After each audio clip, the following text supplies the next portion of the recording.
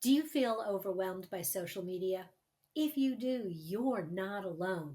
But I've got some good news for you because there are things you can do to manage the chaos and make the time you're spending on social media productive. And that's what we're going to talk about today. Okay, here's the show. Welcome to More Than a Few Words, a marketing conversation for business owners. MTFW is part of the Digital Toolbox, and this is your host, Lorraine Ball.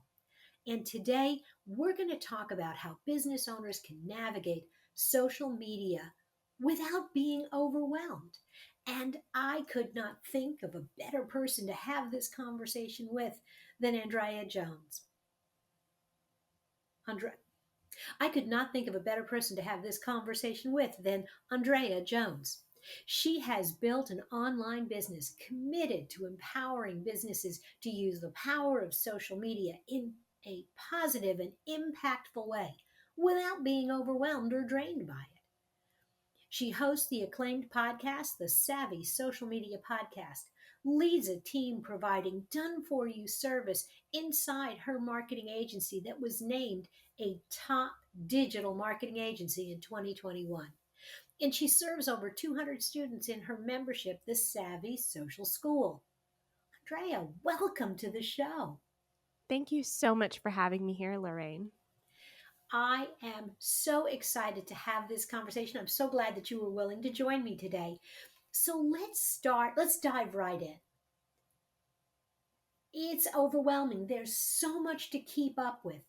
How do I manage social media without letting it get to me?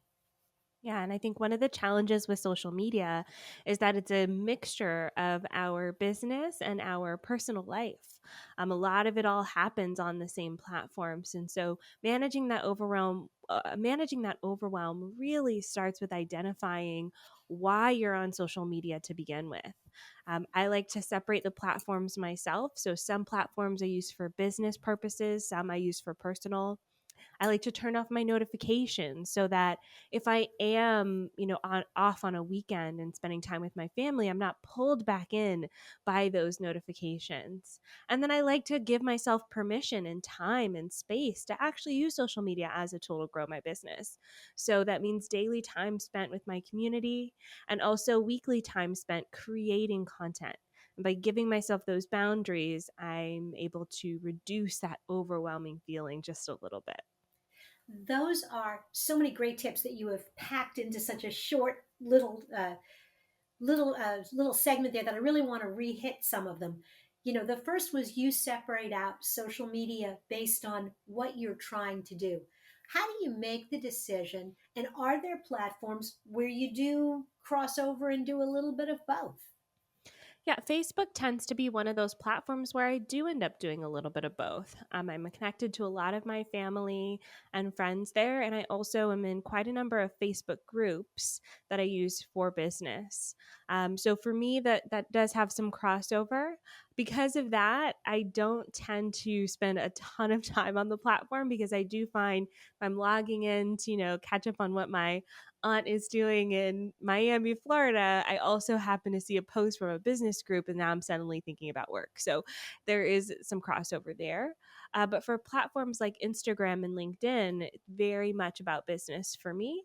And so I'm able to kind of segment that a lot better and have those platforms dedicated for business purposes only. Awesome. The second thing you mentioned was this idea that you carve out specific time segments when you're going to be on those platforms. How do you control that? How do you schedule it? How do you kind of approach that?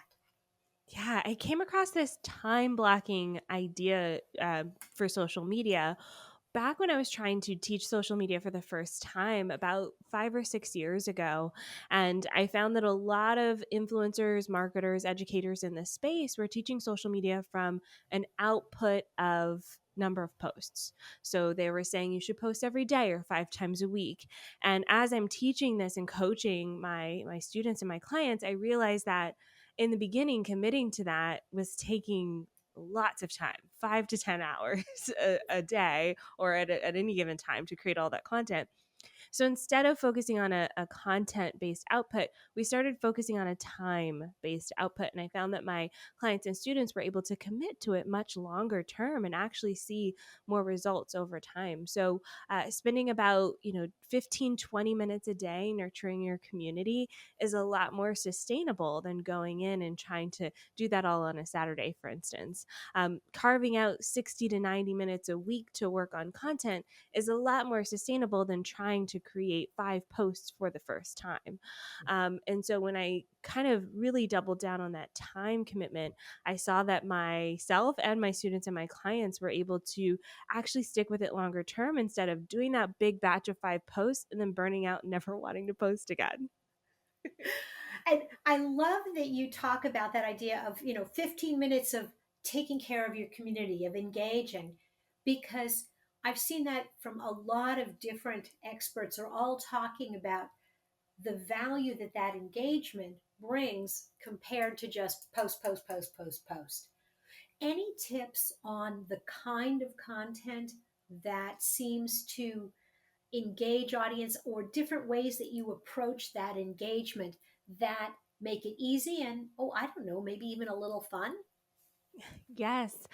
Ultimately, social media is a reflection of what's happening in your business. And newer business owners find this more challenging because you're building a new business. A lot of things are challenging. So I think being okay with that challenge is key here. But reflecting back what's happening in your business. So if a client or customer is asking a question that then becomes a social media post, there's a conversation that you had with your team that becomes a social media post. If you have new things happening, now you can create content. And ultimately, your content probably has two different goals. One goal is conversion. So we think about social media posts as getting someone off the social platform and either onto your website to purchase something, to book a consultation call, to sign up for a free offer, something like that. So some posts are conversion focused, but many of your posts are probably more connection focused. So it's the social side of social media. You're asking questions, you're sharing your expertise, you're nurturing your audience with content that really resonates with them and shows them that you know them and that you care about what's happening in their lives. You really said something that hits home with me, that idea that social media is social. I think sometimes in that mad rush to get people to our website, we focus perhaps too heavily on the conversion and not enough on the conversation.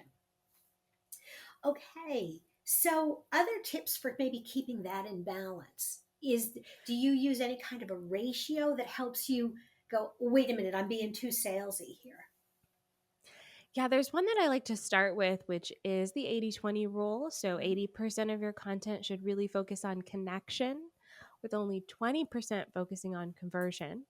I will say there are some exceptions. You may notice your audience particularly resonates differently. I had a client once who, as much as we tried to connect, his audience was just ready to buy. It was a digital product. They just wanted to know what it was and with whether they needed it or not. So those posts outperform everything else. So we ended up doing almost the opposite: 80% conversion, 20% connection. So you'll find what works for you. But generally speaking, we don't log on to social media hoping to see an advertisement. um, at least I don't, at the very least. So, really understanding the perspective of your end consumer, your audience, if they're logging on to social media, what are they looking for? Are they looking to be entertained or inspired or educated, and really meeting them where they're at? I have a friend who wrote a collection of short stories, and one is this very dystopian piece of a future where artificial intelligence is everywhere and ads are everywhere and you can't turn them off. And when you said that, that's what I was thinking of, is it's good to a point, and then I think you have to be human. Okay, any last tip for the audience as we're kind of winding down the conversation?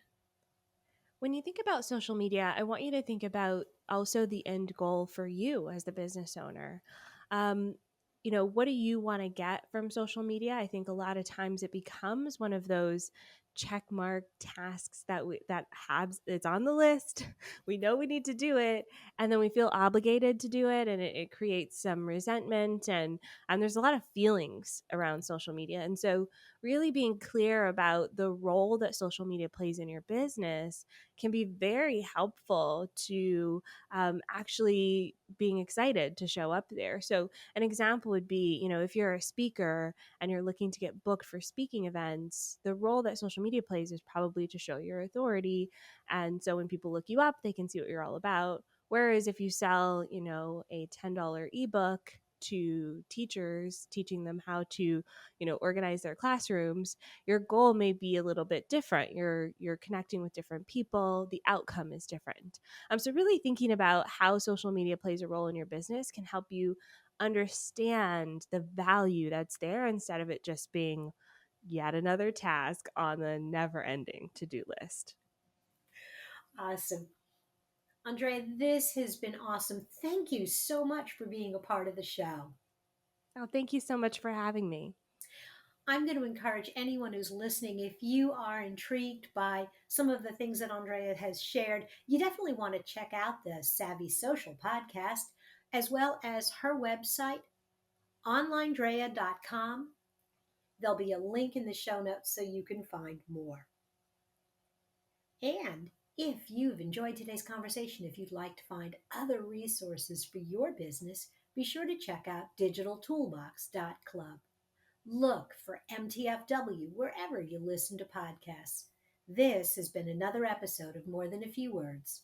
Thanks for listening.